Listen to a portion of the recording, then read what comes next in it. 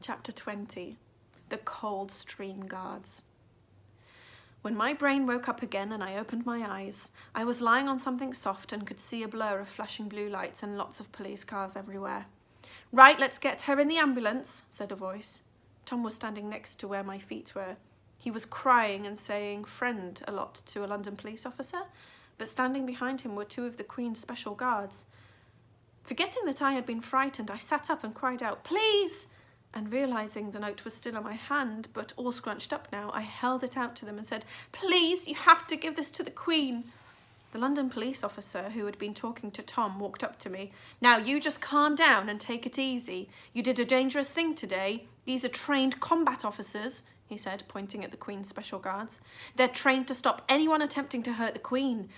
But we didn't want to hurt the Queen," sobbed Tom, his face red and wet. "We know that now, son, but we can't be too careful, can we?" said the officer, his voice not as strict as it was before. One of the Queen's Special Guards came over to me. "Let's have a look at this note then, shall we?" he said, gently holding out his hand. I handed it to him and watched his face as he read it.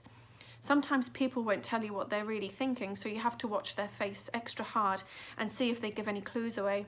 I didn't expect a special guard to do anything with his face, especially not one who worked for the Queen. But this one chuckled and then handed it over to the other special guard standing next to him, and who had more medals on his chest. He smiled too. I don't know why, because it wasn't meant to be funny. This is what the note said. "Dear Your Highness, Majesty Queen of England, we wrote you a letter on Friday about Ahmed, our friend, who's a refugee boy, and put 3 stamps on it so that the Royal Mail would get it to you faster. We've come to see you today because it's Wednesday already, and we thought the Royal Mail might have lost the letter, and as the gates are closing on Friday, it means we haven't got much time to find Ahmed's family and bring them here to stay so they can all live together. We're outside the gates now. Tom's got brown hair and I've got dark brown hair, and we're in our school uniforms, which are dark blue and grey with pictures of a ship and a book on it so that you can see us easily. We can't stay later than 1:30, because if we don't get home at home time, then our mums and Tom's dad and Josie and Michael will worry. Please let us come and see you as soon as you've finished your breakfast. Yours sincerely, me and Tom. P.S. We've got extra tea bags for tea."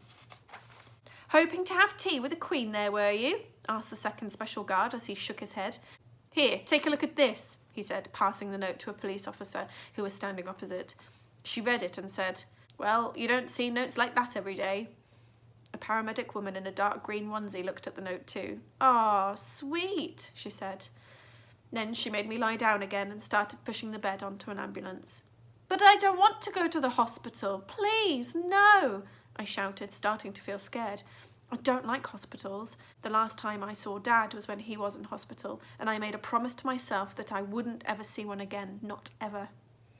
"Don't worry, we won't take you to the hospital unless we need to, darling, but I do need to check you're okay and that you don't have a concussion," said the paramedic calmly. She had long black hair that was tied into a ponytail and large brown eyes and an upside-down watch on her chest. "Just lie here quietly for me for a few minutes and we'll have you out and about in no time," she added, giving me a wink. The wink and her nice voice made me feel a little bit better, so I did what she said. After she pushed me onto the ambulance, the paramedic told me her name was Davinder and asked me all sorts of things, like how I was feeling and if I had a headache and who Ahmed was and about my mum and dad. I told her about my dad and she said she was sorry. She held my wrist and checked my pulse and put a thermometer in my mouth and then said, "I just need to check your heartbeat," but when she pulled up my school jumper, she stopped. "Nice top," she said, her mouth suddenly looking as if it was tickling her. I looked down at myself and suddenly remembered that we had put on our best outfits for the Queen. "It's my best top," I said, touching the shirt dotted with sparkling silver stars and golden planets. "For when we saw the Queen," I explained. "Ah," grinned paramedic Davinder as she opened the top 3 buttons and put a cold silver disc on my chest. "Now take a deep breath in and out." After listening for a moment, she nodded and said, "You look and sound absolutely fine to me. Ready to go?" I nodded, so she helped me down from the bed and held my hand as I got off the ambulance. In the distance, I could hear people cheering, but I didn't know why. "Now, I think it's time for you two to get on home. Officer Martina's going to take you both home in that special car over there," said paramedic Davinder. She pointed to the London police officer who was standing next to Tom and the 2 special guards. Behind her was a police car with flashing blue lights on top of it. "Really?" asked Tom, his eyes lighting up. I was excited too, but then I remembered the note. But what about the Queen? And the note? I cried, looking up at everyone. If we don't give it to the Queen, then she won't know that we came, and she won't know about Ahmed. Officer Martina smiled. Oh, I think she'll know you came all right, she said. The special guard wearing the most medals walked over to me and bent down so that his face was at the same level as mine. He had bright blue eyes and a large dimple in his cheek, just like Dad used to have, only Dad had them in both cheeks, not just one. Her Majesty isn't here today, he said. She's actually in her other castle in Windsor. The Queen's got another castle? Asked Tom, looking horrified. Don't worry, I'll make sure she knows you are both here and that she gets this. The special guard held up the note. All right? Promise? I asked, suddenly feeling happy again. Like really, really promise? You have my word, he nodded. And a Coldstream Guard never breaks their word. What's a Coldstream Guard? I asked, immediately imagining lots of them diving into freezing cold streams with their hats on. A Coldstream Guard is what we are, he replied, standing back up straight.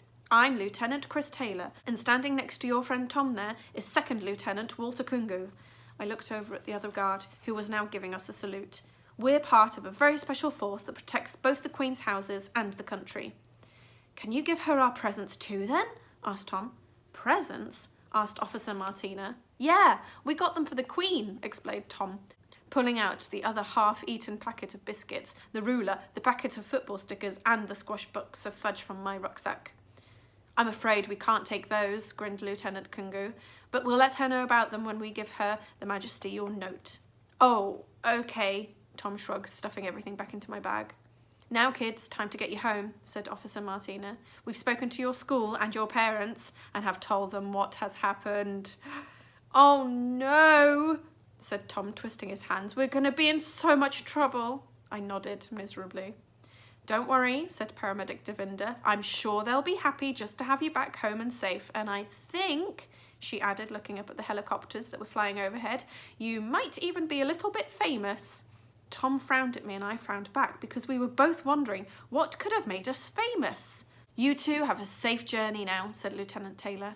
And the next time you want to send the Queen a message, don't go running after any of us soldiers, said Lieutenant Kungu. A letter is more than enough. And giving Tom and me a nod and a salute, the Queen's special Coldstream Guards, who were now extra special to both Tom and me, marched off back towards the palace, carrying the Queen's note. Right, young troopers, in you go, said Officer Martina, as a silver car with bright yellow and blue squares on its doors and a huge siren on the top stopped in front of us. Passing me a piece of folded paper, Paramedic Devinder said, That's a special note for your mum, to let her know you're completely fine, so make sure you give it to her, okay? I nodded. Bye then, smiled Paramedic Devinder as she began to wave. You both take care of yourselves now. Getting into the back seat of the police car, we waved back. Lots of people also began cheering and waving at us from all along the palace walls, so we waved back at them too, even though we didn't really know why. Tom got out a biscuit and started eating it. I took one too, but even though I was hungry, I couldn't eat it. My stomach felt all jumpy and twisty inside, and the closer we got to home, the more jumpy and twisty it became.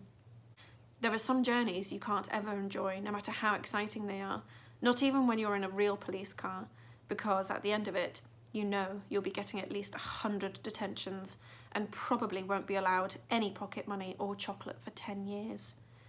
But it was okay, because even not being able to have any chocolate ever again would be worth it if the Queen could help Ahmed find his mum and dad. That was all that really mattered. Well, yes, it did get them into a little bit of trouble. I now understand why they said that this was going to lead to a bit of trouble. It was not just a little bit of trouble, it was huge. I can't believe that they thought that they would be able to just give the note. Never mind. I would like you to try and imagine what it would be like if you had your very own palace or castle. How many rooms would you have in your palace? What kind of rooms would you have? Would you have a snooker room? Would you have a swimming room? What kind of rooms would you have? Would you have rooms for your guests, rooms for family, or would you just keep it simple? And maybe you would have special rooms for other people to stay in, not just your family and friends. Think of the most amazing palace and castle that you would like to have. Maybe draw your castle, label all the rooms, or write down a list of rooms that you have to have if you were to have a palace. Good luck, and we'll find out what happens when they get back to their parents. Tough times ahead. See you tomorrow. Bye.